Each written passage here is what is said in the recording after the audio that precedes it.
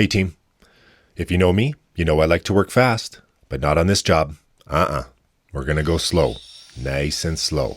I've given us 3 full days to prep these stairs and pathway.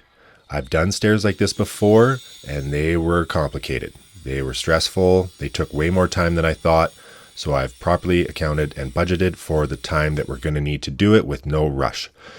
First things first, the whole building is going to get a full reno, so all that stucco's coming off. So our job is just to remove the stucco that's in our way, and we're going to go about 3 inches higher than what we need. And now we're going to attach a Blueskin waterproof membrane. So what you first seen there is a primer. The primer goes on the perimeter basically, and then that Blueskin just sticks like glue perfectly to that primer. There's no other need for attachment. You just peel off the backing and stick it on. Now that Blueskin is great because it waterproofs the wood, and if any water gets in there, it's going to swell and plug the hole. Trav's drilling a couple holes in the foundation as we will fully attach to the house foundation, and we're going to sit on the footing that is attached to the wall already that we did with 15mm bar the other day. Now we're on to layout. So we're laying out for the boxes. We are building void boxes, but they're also going to need some false walls or a connection that goes down to the footing. We can't just build a whole box and sit on the box. Well, you could, but I wouldn't sleep at night. I wouldn't feel happy with that. So we're going to run exterior walls and 1 lateral wall in the middle, and they're going to be 8 inches thick, and they're going to fall.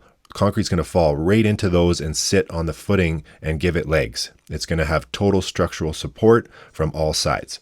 So we're 3 rows of bar in those false walls, and then we'll have our rebar grid on the top as well.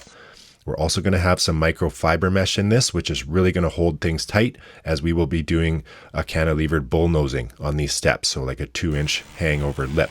This is a timber stamp project, and it's going to be pretty cool. So we've built our void boxes, we've accounted for the slope, and we've left room for a 5-inch slab on top of these boxes. So now we're pin drilling them into the footing, and that's going to give us great support on the bottom. We're doing a stud system here with a kicker on the bottom and the top.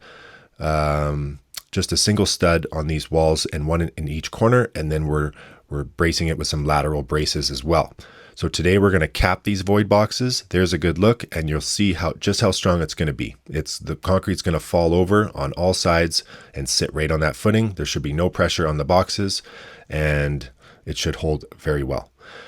I had enough time. Well, not enough time. I always have time. But after the boxes, I went to the back and I saw cut the slab that we poured at the same location. So today we're working on forming up the front of these stairs, and we're on day 2. There was a lot of stuff to cover, so I had to do it in 2 videos. Have a great day, team.